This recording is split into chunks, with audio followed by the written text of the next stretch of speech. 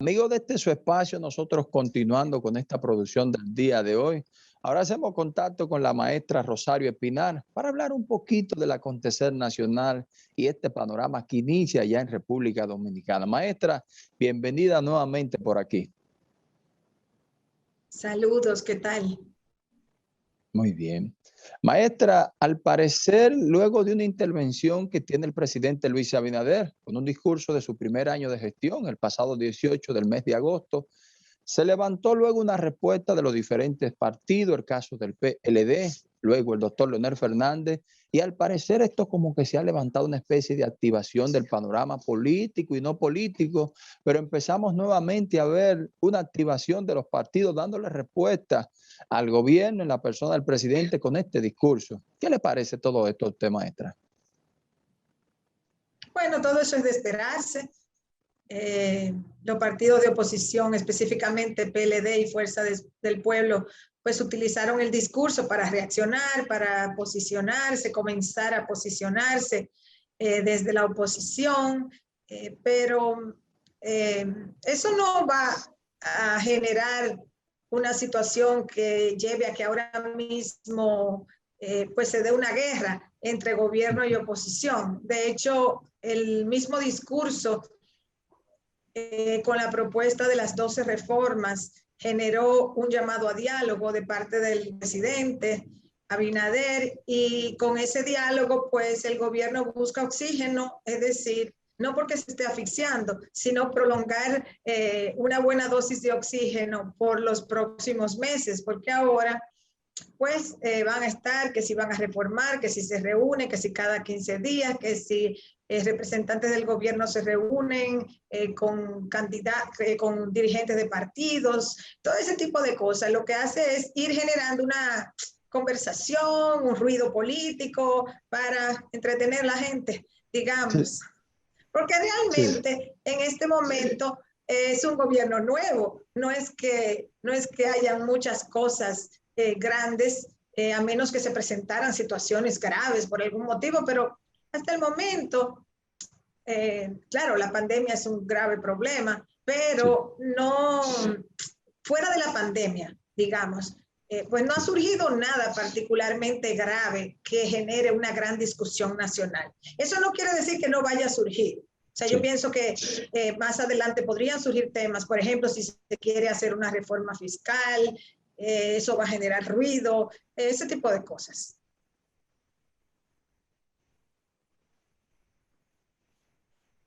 En ese mismo sentido, maestra, vemos que ese tema de la reforma fiscal, de una manera u otra, hace unos días escuchamos que el ministro de Economía, el honorable Miguel Seara Hatton, hablaba haciéndole como un llamado a las fuerzas vivas a poderse integrar y poder participar en este sentido. ¿Será esto un llamado a que se levanten voces para poder defender esos temas? ¿O usted cree que esto será parte de la estrategia para alivianar la carga y poder lograr una reforma fiscal, maestra? Bueno, lo primero es que la ciudadanía está muy ocupada y muy cargada con sus problemas cotidianos. Sí. Entonces, desde el gobierno no se puede hacer ese tipo de planteamiento, porque eso se hace desde la oposición, quizás.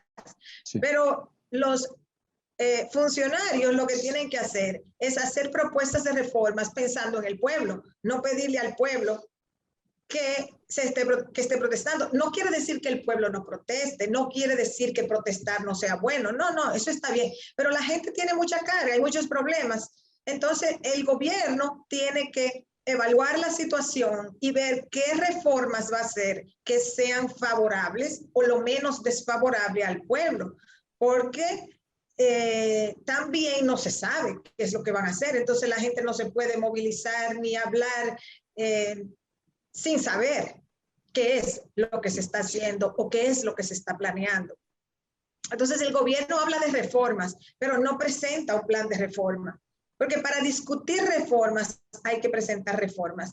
Antes de sentar todos los partidos y representantes empresariales y demás en un diálogo, tenían que tener por lo menos un borrador de qué reformas en base a expertos que digan, bueno, estos son los lineamientos generales de una reforma fiscal o de una reforma policial o de una reforma de ley tal, lo que fuera. Entonces, con eso se discute, pero sentar gente a discutir o a dialogar sobre nada, sobre opiniones, no conduce a ningún plan. Por eso es que yo digo que comenzaron al revés. O sea, a un supuesto diálogo sin un material específico para discutir.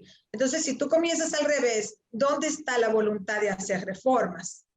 O es que se crea ese diálogo, un poco de entretenimiento, para entonces luego venir con reformas impuestas. No lo sé, sí. La verdad. Lo que sí es claro es que no hay borradores, no hay propuestas de reforma. Y sin eso, nadie puede discutir.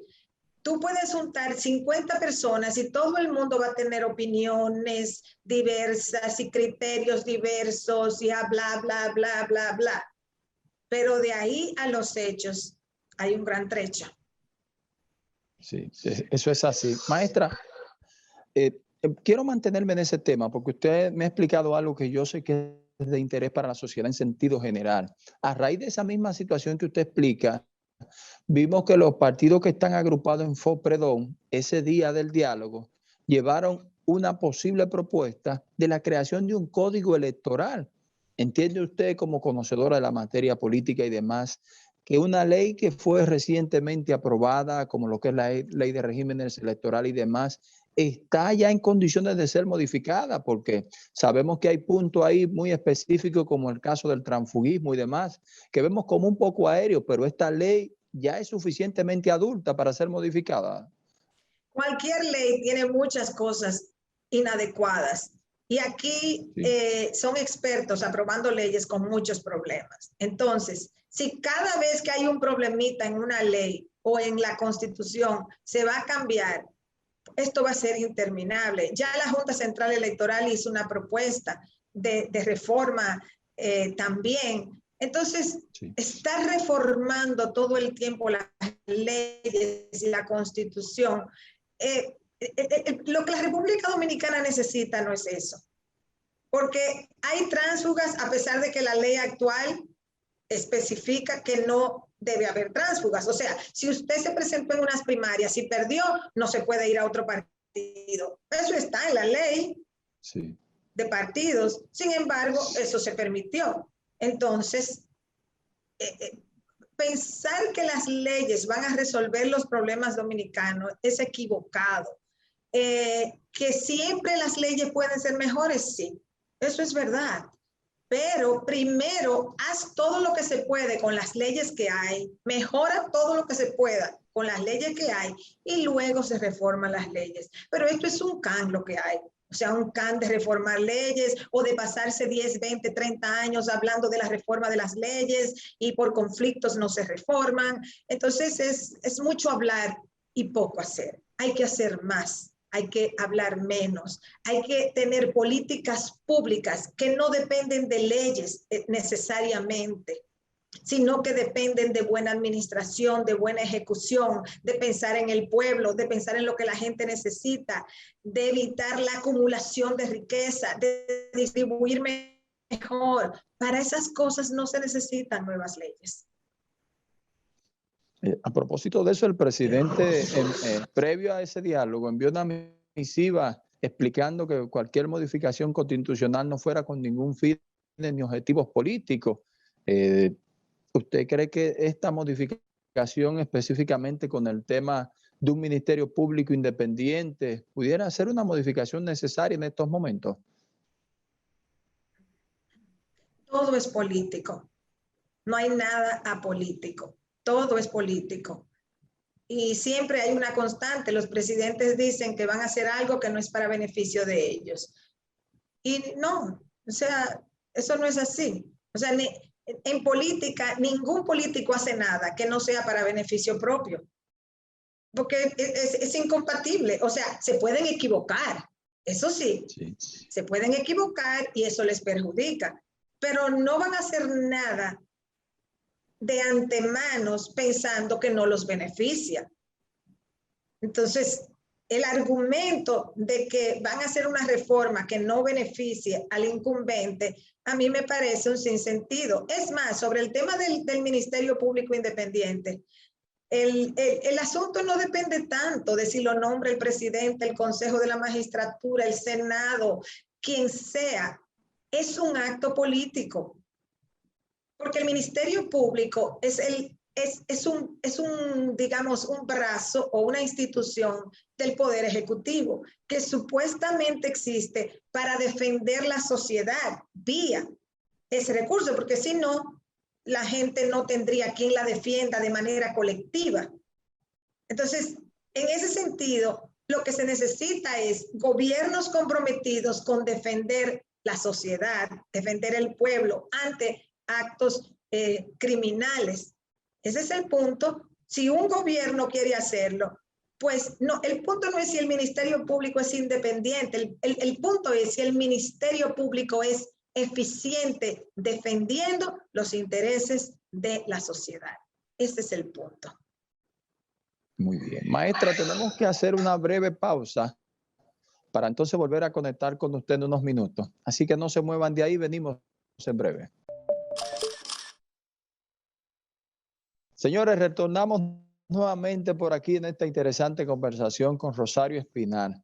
Maestra, usted estuvo explicando de manera muy precisa lo que significa la situación del interés de cada político, de lo que ellos presentan en cada una de sus acciones.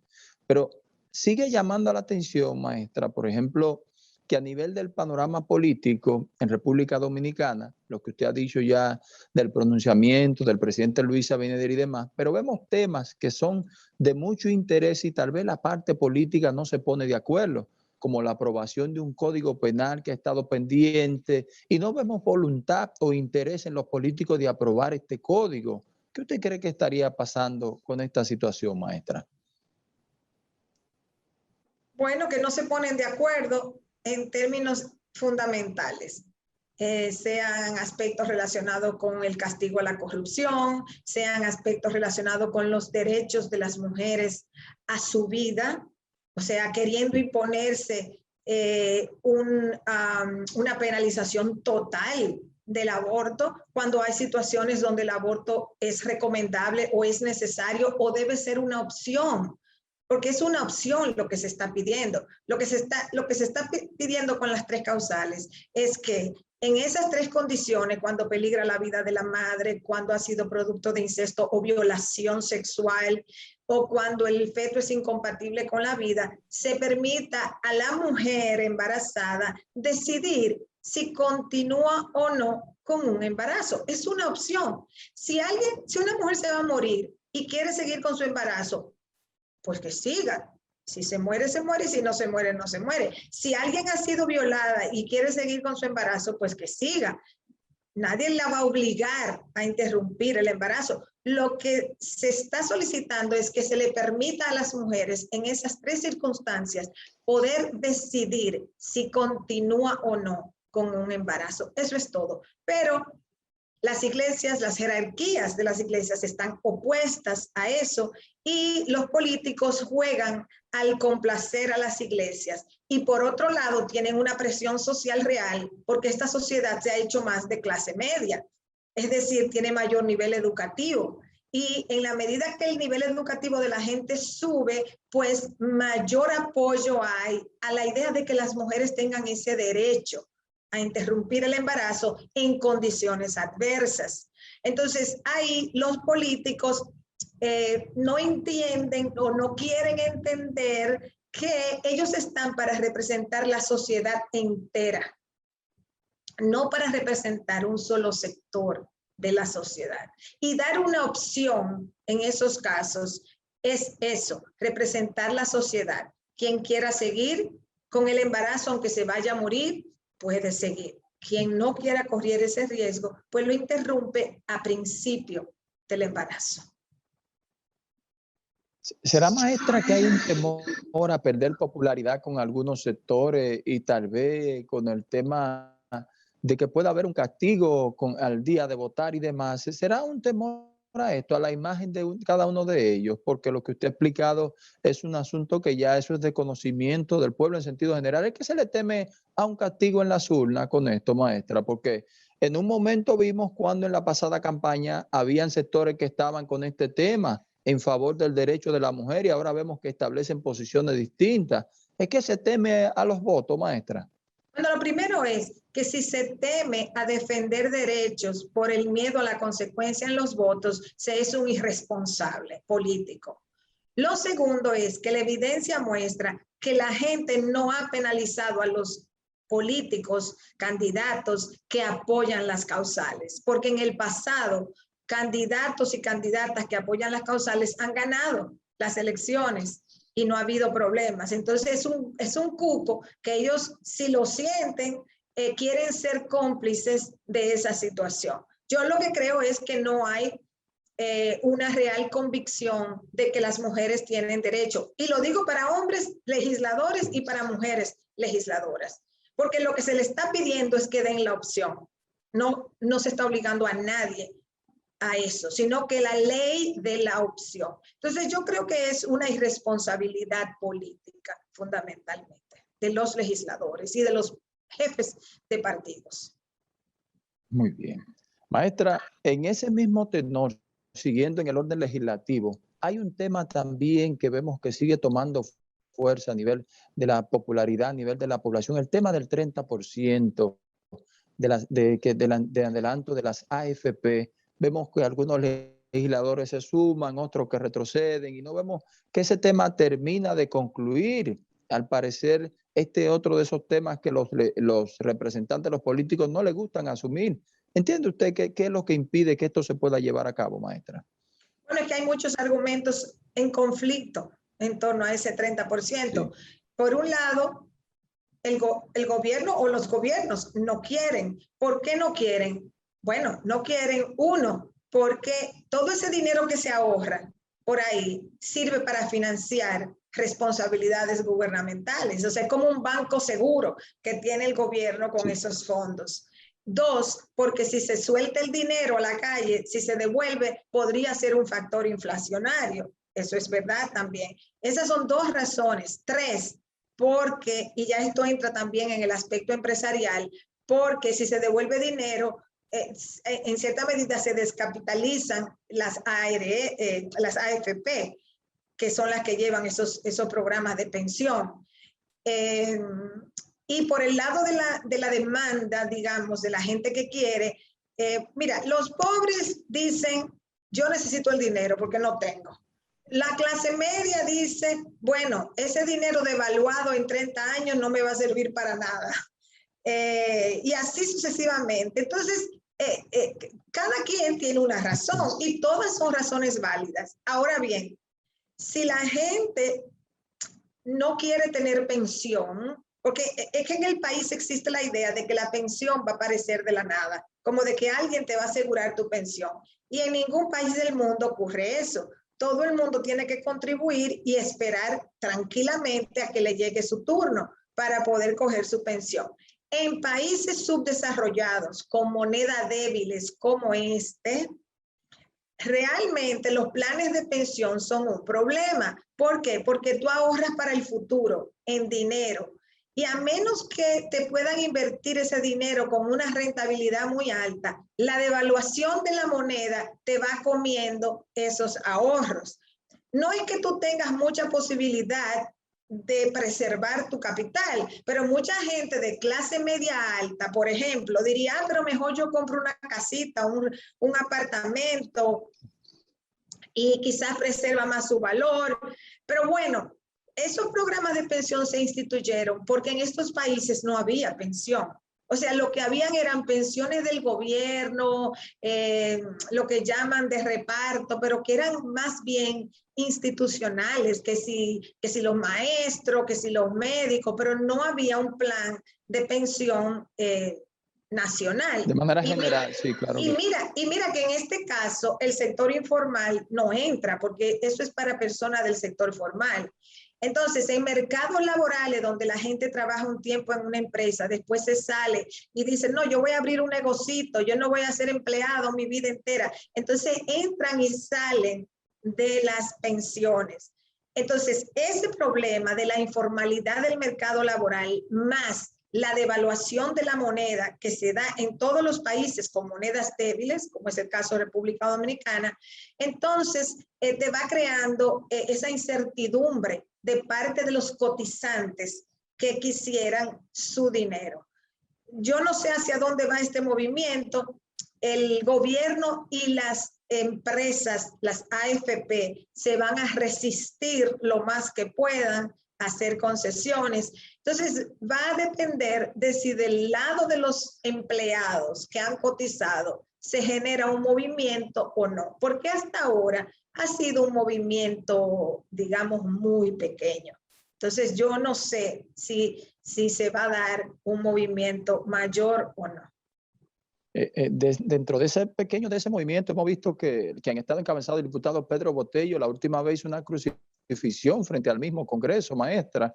¿Esto no crea sensibilidad o daña la imagen de este diputado, este tipo de acciones?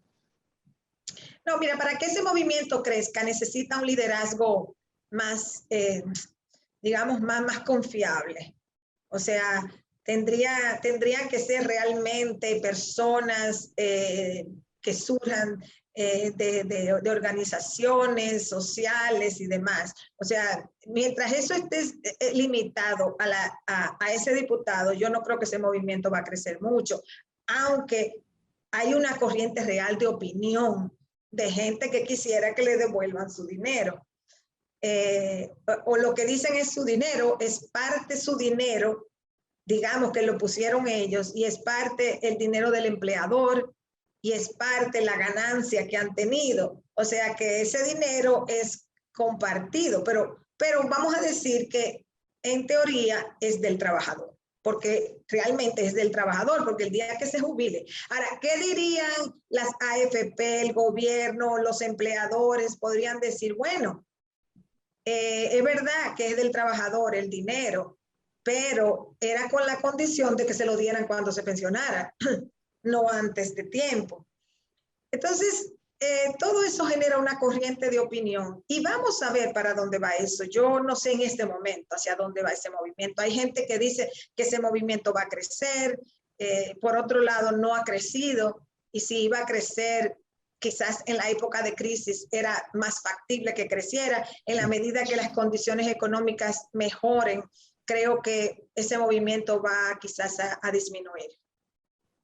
Muy bien. Maestra, quiero que me regale un minuto más, porque sé que usted tiene el compromiso, pero no quiero que usted se me marche, porque me gustaría, desde su óptica, la imagen del PLD como marca, como institución, con las últimas situaciones que se han estado dando. Precisamente en el día de ayer se llevaron a cabo 20 allanamientos más de parte del Pesca, dándole seguimiento a lo que es el caso Antipulpo, donde está vinculado el hermano del expresidente Danilo Medina. Estos allanamientos, este tipo de actividades que lleva a cabo el Pesca, afectan la imagen del PLD como marca para unas elecciones para el 2024, maestra.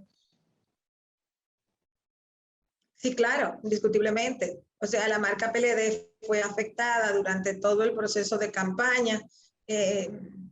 Después que fue un partido sumamente eficaz, manteniéndose en el poder, con crecimiento económico, con estabilidad macroeconómica, con fuerte inversión social, sobre todo en los últimos años de gobierno del PLD a través de programas sociales. O sea, digamos que las cosas positivas que hizo se le borraron al final del gobierno por el tema de la corrupción.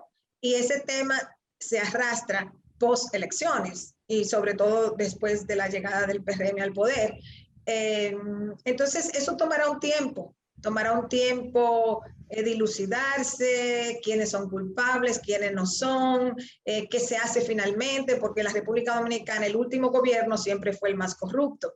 Entonces, también va a depender del tiempo, qué pasa con el actual gobierno, si hay o no hay casos de corrupción. Entonces, hay que esperar que el tiempo pase, pero por el momento sí es verdad que la marca PLD ha sido muy disminuida, porque lo que ha ocupado el lugar principal para definirlo ha sido el tema de la corrupción. Y los aspectos positivos que podría tener en sus muchos años, porque el PLD no gobernó 20 de los últimos 24 porque era tan malo.